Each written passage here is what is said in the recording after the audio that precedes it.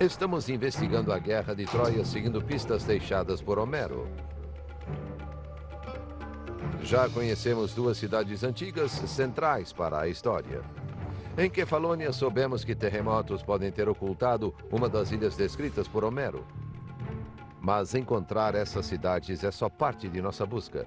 Ainda temos que descobrir indícios do povo descrito por Homero. Guerreiros que vestiam armaduras e usavam armas do fim da Idade do Bronze.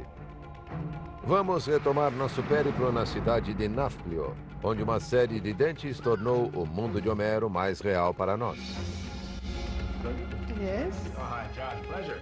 A doutora Eleni Palaiologo e a curadora Pinka Taratori vão nos mostrar essas antigas relíquias.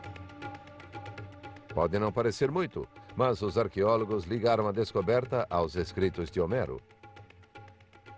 This is a big deal, and I want to explain why. Because in the Iliad, in Book 10, it says the following. Meriones gave Odysseus bow, quiver, and sword, and over his head he set a helmet made of leather. Inside it was crisscrossed taut with many thongs. Outside, the gleaming teeth of a white-tusked boar ran round and round in rows stitched neat and tight, a master craftsman's work, the cap in its center, padded soft with felt. Boar's tusked helmet. That's what we're looking at right here. Here we have the cheek plates, which are made of bronze. Okay. And they protected the face. So these would go like This that. way, yes. Ah, okay.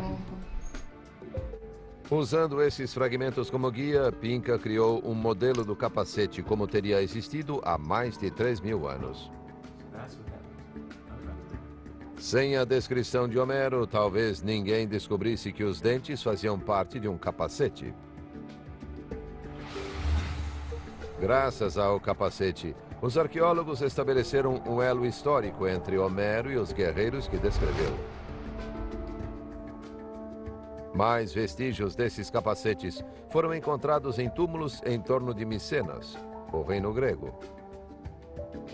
Em Micenas, a doutora Pliátsica e seus colegas determinaram que em 1250 a.C., a cidade era a mais rica e poderosa de toda a Grécia, assim como foi retratada por Homero. Encontraram relíquias de bronze, espadas e pontas de flechas, as mesmas armas usadas na Guerra de Troia. E descobriram uma cidade com uma rica tradição guerreira como a Micenas da Ilíada e da Odisseia. We know that the people who were in charge of a group of soldiers were the heroes, were the bravest and those who belonged to a higher rank socially. They were viewing themselves as soldiers and hunters. What Homer says is that we've got warriors who are using this kind of weaponry, and these were people that were higher than the simple folk who were working in the fields or as herdsmen. Mm-hmm. So the fact that Homer depicts these people, the people of Mycenae, as this powerhouse, as we've discussed, that's actually pretty dead on. This is an accurate picture. What Homer says is pretty accurate. As descobertas dos arqueólogos estabeleceram um vínculo entre os cantos de Homero e a vida real dos guerreiros, que continua sendo desvendada. Moradores de Micenas, no final da Idade do Bronze, usaram as armas descritas por Homero, de flechas a espadas de bronze até carros de guerra puxados por cavalos. Esses carros eram os tanques da Guerra de Troia. E Homero descreve várias vezes como eram usados em combate. No canto 20 ele diz: Aquiles avançou. Seus cavalos de cascos afiados esmagaram escudos e corpos, molhando de sangue o eixo do carro de guerra. Vamos conhecer um desses carros. And we got one here, a chariot. Formidable war machine. Beautiful. And this is a late Bronze Age chariot? Exactly. Tufan Turanli reproduziu um carro de guerra grego, seguindo a descrição de Homero e gravuras da época. How many riders? 2, a charioteer and a warrior. Okay. Covered with leather outside. Leather outside. Wicker, I have wicker inside and leather outside. A charioteer running the horses and a warrior fighting. Do we know if the warriors were using chariots as transport or as weapons? We have records of showing that they were doing both getting to the field and also doing the war at the field. So one person would be driving, and the other person, passenger, it would be their chariot, and they'd be fighting with, what do you think? Bows and Probably arrows? bows and arrows Spears. and spears, and there is also a record that they might be getting off and then fighting with swords as well. What do you think? Would you like to have a ride? We can go for a ride too? Yep. Okay, let's do it. Okay, let's get the horses in then. Arkadaşlar, Esses cavalos usam freios modernos, mas o conceito é o mesmo: 2 cavalos, um condutor e um guerreiro.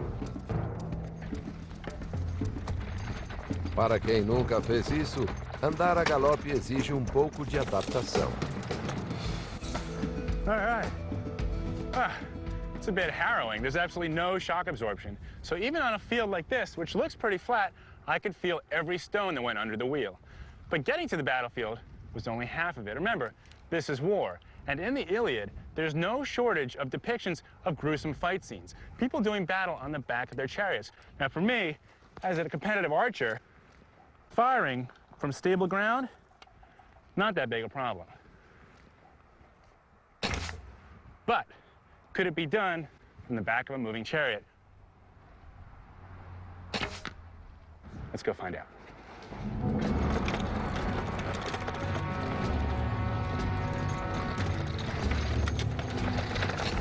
A low shot. Mesmo com um arco moderno, não é fácil.